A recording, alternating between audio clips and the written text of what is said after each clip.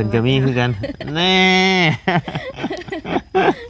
ต่างคนต่างมีเนาะบ่ได้ยอมทางนี้กะ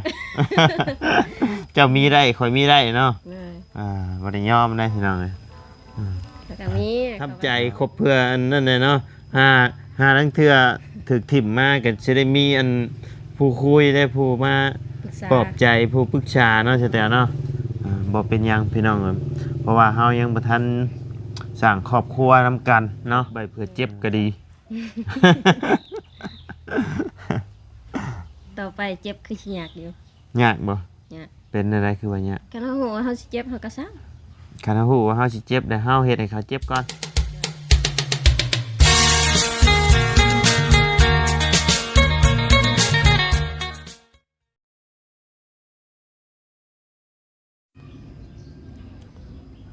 เนาะพี่น้องเปิดคลิปเปิดภาพมามื้อนี้กับป้าเนาะทางบัดทางบาพี่น้องใส่บานประตูหน้าต่างแล้วเบิดแล้วพี่น้องยังเดือแต่ติดตากะโลบ่ดูจังไรเนาะพี่น้องเดี๋ยวทำมาได้สิเข้าไป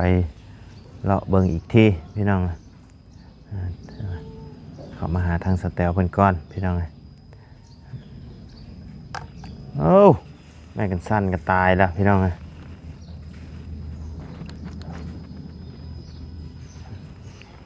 เรียบร้อยแล้วแม่กันสั้นไงเอาก่อนอื่นกลับทักทายสบายดีเด้อพ่อแม่พี่น้อง FC เบิร์ดสุขูสู่คนบ่ว่าสิอยู่ในและต่างประเทศก็ยินดีต้อนรับเข้าสู่ช่องบ่ไลคือเก่าพี่น้องพบเจอกันเมื่อนี้ก็อยู่บ้านคือเก่าเนาะพี่น้องทั้งหมดท่านได้ไปทั้งนายพี่น้องอยู่บ้านสาวแต้วเนาะตายคักตายแน่แล้วบ้านนี้คอหักเลยพี่น้องเมื่อนี้ก็ทั้งบ่ไล่ว่าสิเดินทางขึ้นเหนือเนาะไปเก็บการเก็บงานอยู่ทางเหนือก่อนพี่น้องจัก 2-3 มื้อเนาะเดินทางไปกับลุงเฮิมพี่น้องก็เลยเข้ามาหาทางสแตลเพิ่นก่อนพี่น้องในระหว่างรอทางลุงเฮิมเพิ่นขึ้นมาเนาะพี่น้องเพิ่นยังไปล้างรถล้างล่างอยู่พี่น้องเดี๋ยวจักหน่อยเพิ่นสิขึ้นมาเนาะลุงเฮิมเพิ่นยังไปล้างรถอยู่เดินทางขึ้นกับลุงเฮิมคือว่าทางว่าบุญนำว่าบุญวันปลาว่าเสียงประมาณนี้แหละพี่น้องเดินทางขึ้นไปเหนือก่อนเนาะ2-3 มื้อลงมาใหม่พี่น้องไปมาอยู่นี่แหละพี่น้องเพราะว่าเวียกงานเฮามันอยู่เหนือแน่อยู่ใต้แน่มีหม่องใดเฮาก็ไปหม่องมีผู้รักผู้ใหญ่เพิ่นให้ไปชดช้อยทางใดมีเพิ่นมอบหมายงานให้ทางใดก็ต้องไปทางนั้นแหละพี่น้องใช่แหละสแตลอยู่บ่วันนี้เนาะสแตลโอ้เฮ็ดหยังเด้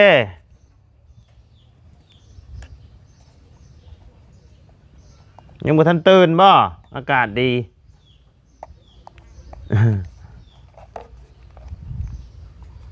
อากาศดียังบ่อยากตื่นบ่หรือจังใดนี่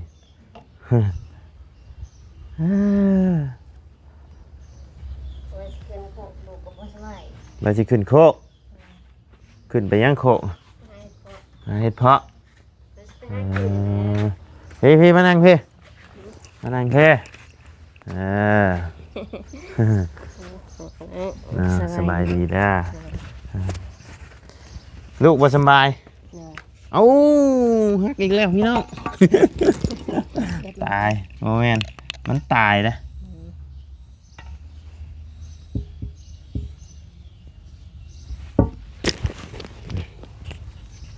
ลูกชายบ่สบายพากันนอนกล่อมลูกนอนเพิ่นนอนบ่เนี่ยใครอยู่เพิ่นนอนเนี่ยเนาะเพิ่นตื่นไวอยู่ว่าเพิ่นนอนเผื่อบ่ปานได้มื้อนี้มันเย็นเลยไปหาเห็ดเพาะบ่สิไปหาเห็ดเพาะก็ได้อยู่บ่ บ่เคยไปจัก คือไปจักเทื่อคือว่ามื้อนั้นไปหาหน่อไม้ได้บ่ บ่ บ่ได้จ้อย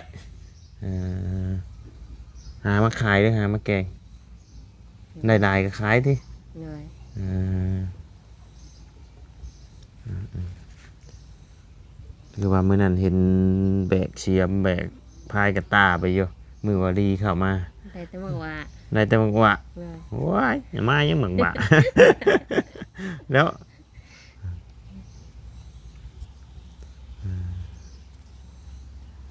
แล้วไก่ละไก่สิฮอดยามลงนาเลย เลย จองโตเด้อจองโตไปดำหน้า เลย เออ ไป มื้อนี้กะไทยฮุดมื้อนี้เริ่มไทยฮุดแล้วพี่น้องไทยฮุดเมื่อวานนี่ตกกะเพิ่มอีก2 ตา มีน้ำอยู่ติ มีอยู่หากหน้าคอยชวนนายสิเก็บน้ำบ่อยู่เพราะว่าดินมันบ่เพียงกันปรับหน้าดินยังบ่ได้ เป็นนาดุดใหม่มันก็เลยมันบ่เพียงกันไปไหนใดหลายปีไปพุ่นละ เฮ้ยยามแรงกะบ่ได้นอนกันหล่อมีอยู่ไปอยู่ โอ้ย จะอย่าว่าไอ้เถื่อเด้อ เอาล่ออยู่อันมองนอนๆ มันลายได้สเตลเลย ไล่ให้บ่ โอ้โมเมนมันลายให้มันลายอะไรแล้วมองมันโนนนะโมเมนว่าสิจอกแจ๊กๆก็เชื่อเนาะคันจะจอกแจ๊กเขาเอาเสียบจกคุดแล้วก็สากไปก็ได้อยู่แต่ว่ามันโนนแบบให้ยาวบักใหญ่ไปเลยนะ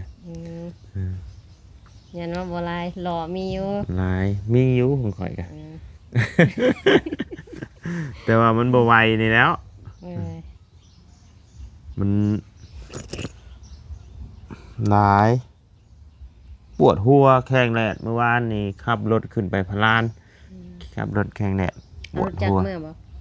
แม่นเอารถจักรไป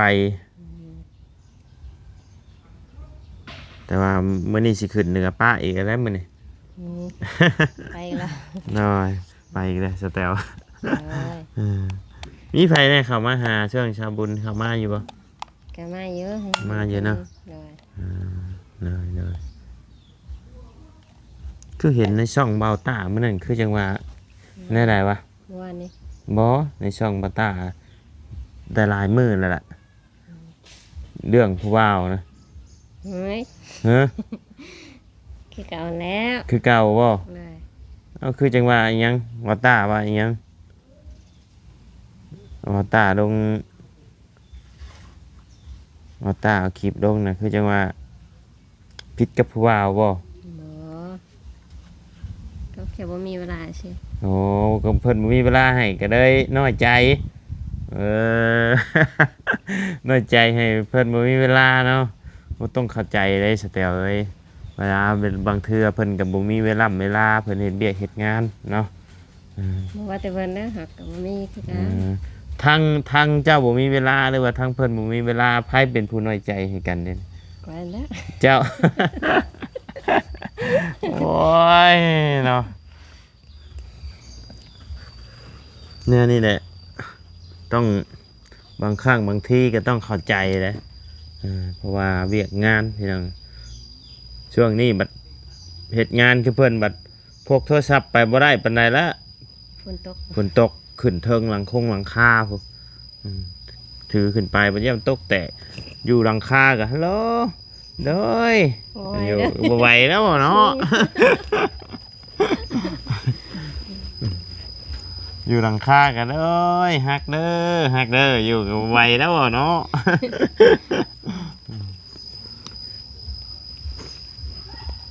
ชั่วโมงนี้กันติดต่อกันอยู่แต่ว่า ติดต่ออยู่ อืมดีแล้วเนาะความผูกพันยังคือเก่า หน่อยลง หน่อยลงเอ่อเป็นยังไงคือว่าหน่อย บ่คือตอนเป็นเพื่อนกัน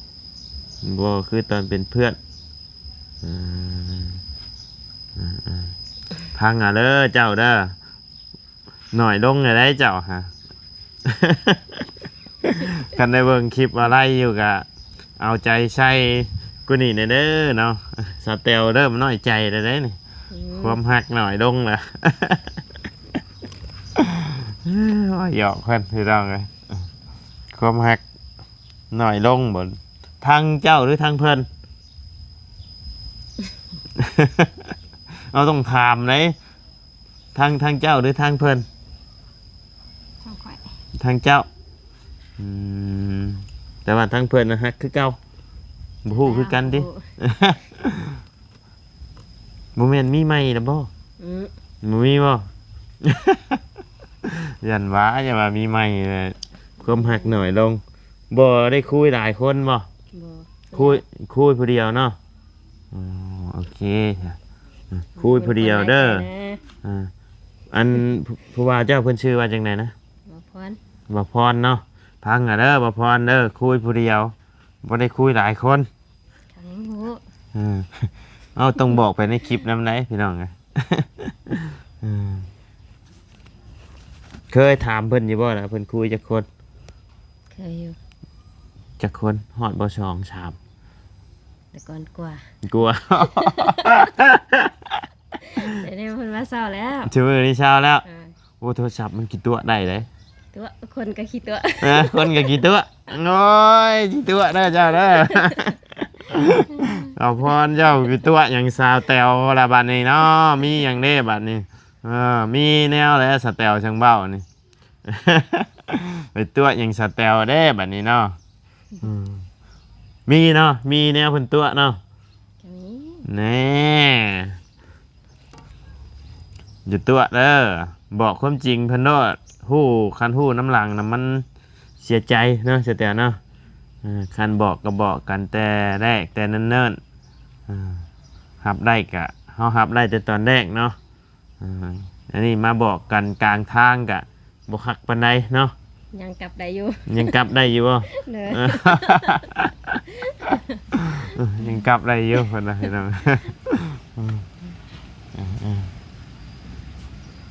ยังบ่สายปานใดเนาะ เลย ยังกลับได้อยู่เรื่องหยังบอกได้บ่ โอ้ ฮะ บ่มีหยังแบบ บ่มีหยังอ๋อคันบอกได้ก็บอกบ่ได้ก็บ่เป็นหยังหั่นนะ เป็นหยัง บอกบ่ได้เนาะ เลย บ่แม่นเพิ่นเคยมีเมียมาหลายคนบ่ มีคนนึง นี่เพิ่นนึง เลย แต่ว่าเพิ่นเคยบอกแล้วเรื่องนี้เนาะ บอกแล้วผู้สาวคนใดก็มี แม้นแต่เจ้ายังมีผู้ว่าเนาะ เห็ดเราหัวตะกายยังหอม โอ้ยอกเด้อ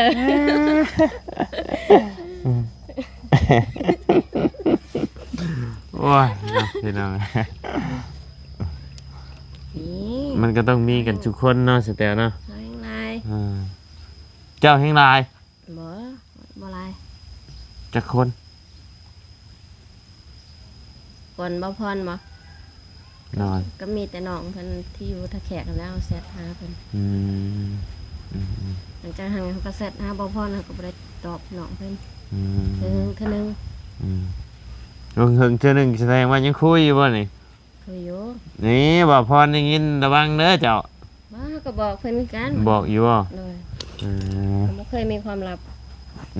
ดีแล้วเนาะ ก็แซดน้ำน้องเพิ่นในฐานะน้อง ในฐานะน้องเนาะโอเค เพิ่นก็มีกัน เพิ่นก็มีคือกันแน่ ต่างคนต่างมีเนาะบ่ได้ยอมทางนี้กะ เจ้ามีได้ข่อยมีได้เนาะ เลย บ่ได้ยอมได้พี่น้องเอ้ย เขาก็มีเขาว่า เนาะ แซดในฐานะน้องสาว แล้วก็บ่ได้ว่าหยังเพิ่น อืม อดีตเฮาบ่เว้า เนาะ แต่ปัจจุบันเฮาบ่อยากให้เป็น เว้าปัจจุบันนี่แล้วยังมีอยู่บ่ นี่ ห่าน โอ้ยเนาะ ปัจจุบันมียังมีอยู่ นี่ อืม มีกระยาเขา เจ้าเลยค่ะ ปัจจุบัน ก็มี ก็มีคือกัน เลยคันเฮามีข้อมีข้อหาก็บ่มี อืมครบเพื่อทำใจครบเพื่ออันนั่นแหละเนาะห้าทั้งเทื่อถึกถิ่มมาก็จะได้มีอัน ผู้คุยได้ผู้มา ปรึกษา ปลอบใจผู้ปรึกษาเนาะแต่เนาะบ่เป็นหยังพี่น้องเอ้ยเพราะว่าเฮายังบ่ทันสร้างครอบครัวนํกันเนาะสร้างครอบสร้างครัวนํกันเฮาสิคุย10คน20คนก็คุยได้พี่น้องเอ้ยว่าแต่เจ้าบ่เมื่อยเว้า คือนั่นจะดุดิ ฉะนั้นจะรู้ย่านแต่โทรศัพท์ตายก่อน จะสิคุย10คน20คนก็คุยได้เนาะแต่ว่าคุยอยู่คุย10คน20คนก็คุยอยู่มันต้องมีผู้ใดผู้หนึ่งที่เฮา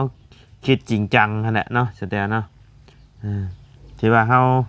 จริงจังกับเพิ่นก็มันมีบ่หลายดอกมีอยู่ผู้เดียวนั่นแหละ เฮาล่มบ่เกินอาทิตย์หนึง อืม ได้แค่ไหน3-4 มื้อเปลี่ยนแล้ว น้อย มันเสร็จนํกันมันบ่เข้าใจกัน เสร็จนำกันแล้วเว้าบ่ลงรอยกันก็ไปกันบ่รอดเนาะ แม่น น้อยอ้าวดีแล้วเนาะครบใบเพื่อเจ็บก็ดี ต่อไปเจ็บคือสิยากอยู่ ยากบ่ ยาก เป็นอะไรคือว่ายาก กันเฮาฮู้ว่าเฮาสิเจ็บเฮาก็ซัง คันเฮาฮู้ว่าเฮาสิเจ็บแต่เฮาเฮ็ดให้เขาเจ็บก่อน เลย โอ้ยเนาะเศร้าจังได๋หักไปเลยเศร้ามันก็เจ็บอยู่ในชะเตวไอ้คันคำว่าเศร้านี่ เจ็บกับใครแน่ เฮาเดี๋ยวเฮาต้องเป็นคนถิ่มเขาก่อนแม่นบ่ เลย บ่ต้องให้เขาถิ่มเฮา เลย เฮาบอกเลิกเขาก่อนเด้อ เลย อ๋อ สิ่งยอมเสียเปรียบคือที่ สิ่ ผ่าง น เนี่ มาย เดี๋ยวสิ่งบอกเลิกก่อนได้เนาะ เลย อืม คักเนี่ยสิฮู้ได้จังได๋ หู ฮู้บ่ เลยเขาอ้อนเขาบ่ตอบเฮาเขาก็ฮู้ เขาออนเขาบ่ตอบก็ฮู้นะ เลย เอาหางเทื่อเขาออนน่ะเขาเข้าไปเฮ็ดนั่นเฮ็ดนี่ในเฟซในหยังได้ซะเขาแชทไปเขายังมีเวลาตอบก็ซ้ำนั้นก็ว่าเขาบ่ฮักนะบ่ซะ บ่เขามาลายเถื่อเขาก็คือมีแนวคิดเยอะ เวลาแชทไปอ่านแต่บ่ตอบจังซี่บ่อ๋อแชทบ่ตอบนี่ก็ย่อเนาะ เลย มึงนั่นแหละ เตรียมตัวรถติ เตรียมตัวรถ พังอ่ะเด้อว่าพรเด้อผู้ใดคือกันที่ว่าคุยกับสแตลอยู่ตอนนี้พังอ่ะเด้อ บ่ต่ำกว่า2-3คนหรอกตอนนี้กันเนาะ 2 คน 2คนเนาะ เลย อืม หลักๆคือผู้นี้ อย่างแหละ แต่ว่าเปิดโตตอนนี้ก็มีอยู่ว่าพรนั่นแหละเนาะที่ว่าช่วงเปิดโตนี่ก็ทั้งผู้อันที่ว่าจะคุยมาก่อนน่ะได้ซะเพิ่นอัน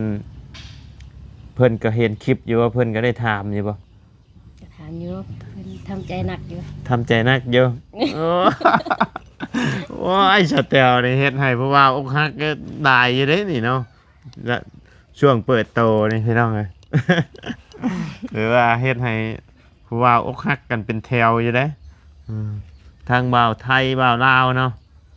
มีบ่บ่าวไทยกะ บ่มี บ่มีแต่บ่าวลาว เลย ส่วนใหญ่ก็ ผู้เดียวนั่นแหละ อืม ก็บ่ได้แซดทำผู้ใด อืมส่วนใหญ่ก็มีแต่บ่าวเฒ่าเนาะ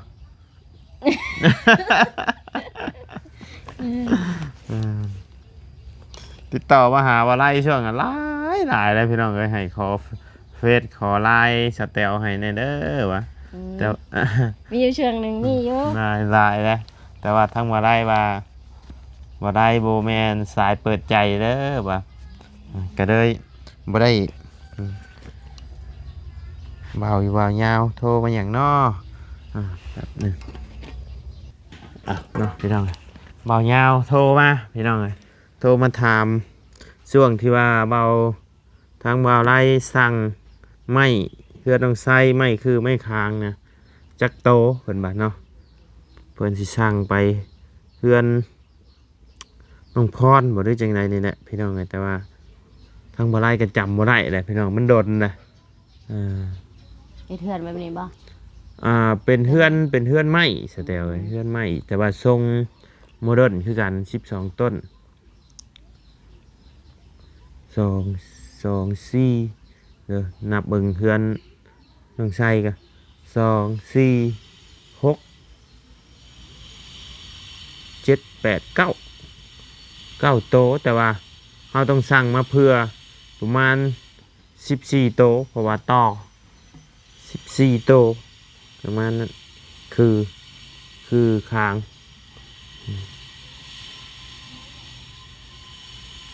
ว่ามันต้องต่อไม้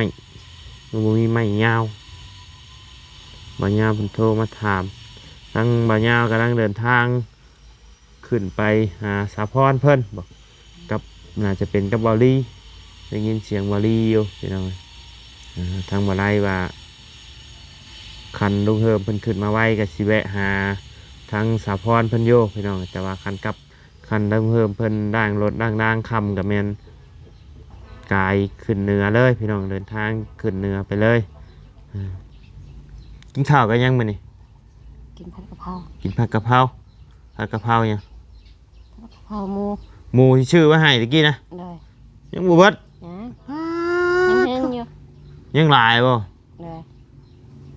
ยังหลาย3 โลพุ่นเนาะบ่ได้เฮ็ดแห้งบ่ บ่ อ่า มากินผัดกะเพราใส่หมูถั่ว มากินผัดกะเพราใส่หมักถั่วหมักถั่วก็ปลูกไว้เลยเนาะ เลย โอ้คัก ถั่วมะเขือ หมักถั่วมะเขือผักกะเพราผักกะเพราปลูกไว้อยู่บ่ มีอยู่กกหนึงเฮียนมาแล้ว เห็นบ่ ผัดใช่มื้อเนาะ เมื่อวานก็ผัดวันนี้ก็ผัด คักใบกะเพราสิหมดแล้ว เปลี่ยนน้ำนะกินแต่หมูก็โย เพราะว่ามีหน่อไม้เพิ่มอยู่หน่อไม้ก็เห็ดเพาะ อ๋อเอาไม้ใช่เห็ดเพาะ กำลังสิขึ้นไปนั่นแหละไปโขกเบิ่น ยังไม่ได้ไปหา ยังอยู่ โอ้ ไปหาแต่หน่อไม้ เบอร์แกเพิ่นเบ้านะคิดว่าอยู่ในตู้เลยได้พี่น้องไงไอ้ยังเห็ดเพาะกับหน้ำไม้เพิ่นว่า โอ้โกยบัดเพิ่นสิเป็นคิดว่าสิได้บ่คันไปนี่ ได้ บ่ได้หน่อยก็ได้หลายเนาะ หน่อย อืม เอาไปบ่เคยฝาดนะ อ่า คันลูกบ่แอบก่อน โคกแถวนี้เจ้าฮู้บ่บ่สเตล บ่ บ่ฮู้ หน่อย อืม ยันเป็นลงปลาเฮาก็บ่เข้าปลาปานใด ไปฮอดชายไปฮอดไก่บ่ หอดมันพออยู่ ฮอดบ่พออยู่อืมใช้จะได้ไปหาเพิ่นน่ะบ่ ยัง ยังอยู่ หน่อย อืม ไปหามันหน่อไม้มันก็บ่ฮอด อืม รถตายก่อนครับ รถตายก่อน หน่อย ทั้งน้องย่าน่ะเพิ่นสิมาอยู่พี่บ่เพิ่นบ่ จักเม็ดล่ะ มิดล่ะ เพราะว่าคิดดีๆยัน FC เพิ่นสิเว้าให้ เพิ่นบ่เว้าหรอกเกิดอันโตเพิ่นเองอะนะเพิ่นมาแหละ เนี่ยเพิ่นมีขอมีครัว มี นี่ ครอบมีครัวแล้ว ลูกเมียพร้อมบ่มาอยู่พี่ ทางบ้านเฮาก็หาเงินยากแม่ มาก็คือนี่นะทางสแตลเพิ่นก็สิมอบกระต๊อบนี่ละให้แล้วก็มั่างไปปลุกเนาะ พกก็บ่มีดินอีก ปลุกก็ยากอีกบ่มีดินอยู่อีกพี่น้องสิไปปลุกไว้ใช้บัดนี้อืม อยู่นี่ก็ได้อยู่ อืม แต่ย่านมันสิมีปัญหาภายหลัง มันอยู่กันหลายคนมีครอบมีครัวน้องเจ้าก็มีครอบมีครัวสมมุติเจ้ามีครอบมีครัวมาอีก มันยากสแตลเว้ยผู้หนึงบอกผู้หนึงเว้านิดนึงผู้หนึงว่านิดนึงมันไปกันยากพี่น้อง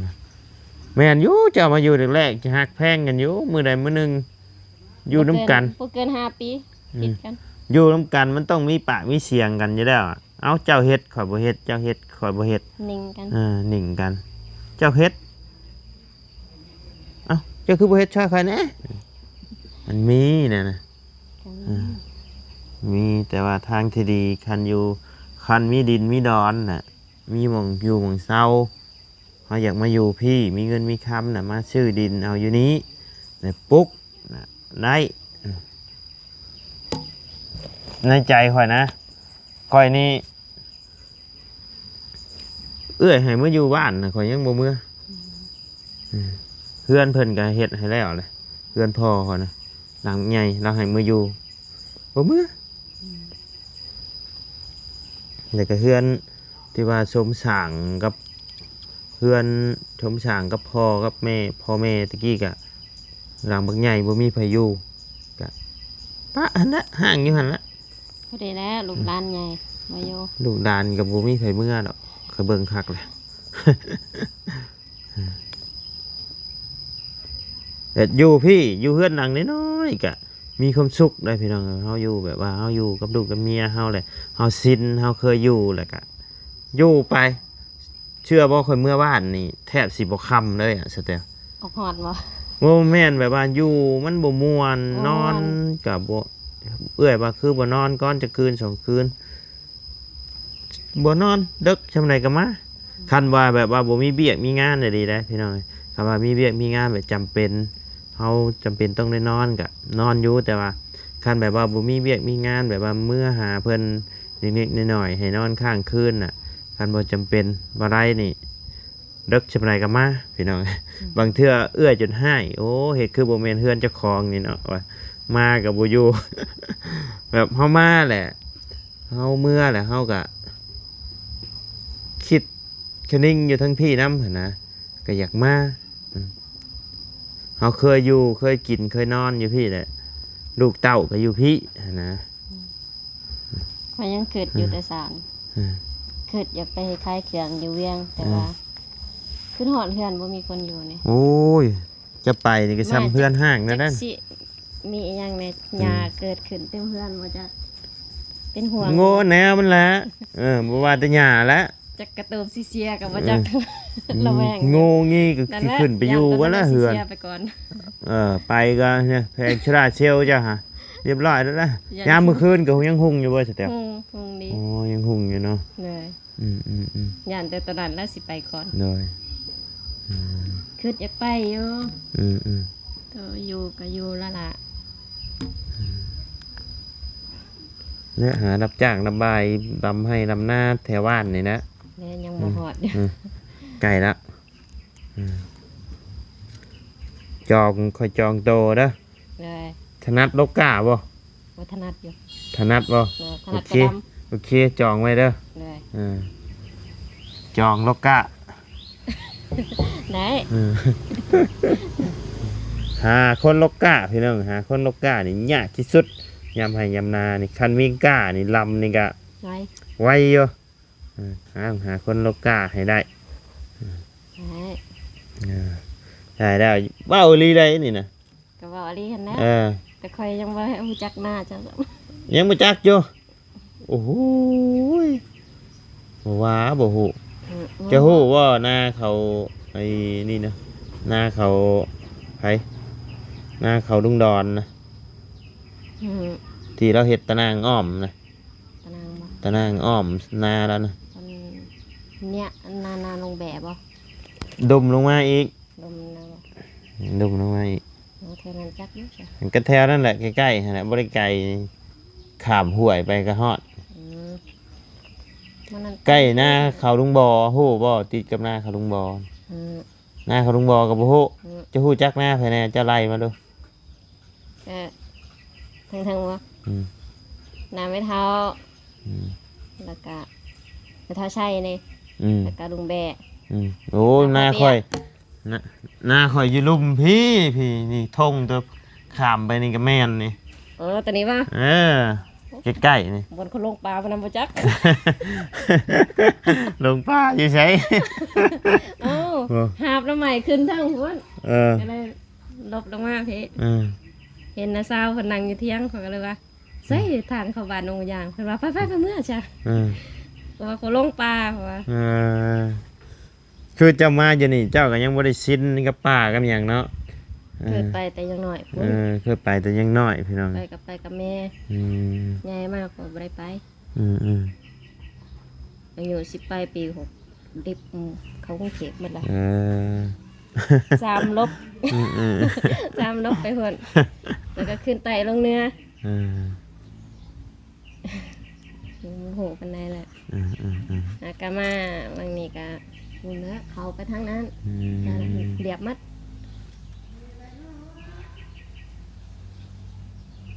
มาตะกี้เห็นสเตลเพิ่นตะกี้เพิ่นแต่งโตวคือคนเบียดนี่แหละพี่น้อง ใส่หมวกแล้วก็ใส่สุดไอ้คือกันแล้วก็คือคนเบียดนี่นะเพิ่นแต่งโตวอ่า เห็นตะกี้เขายังประกล้าศโถมบ่กล้าทักบ่อะไรบ่คิดว่าผู้บ่าวทานอยู่นี้ คิดว่าผู้ว่าทหาร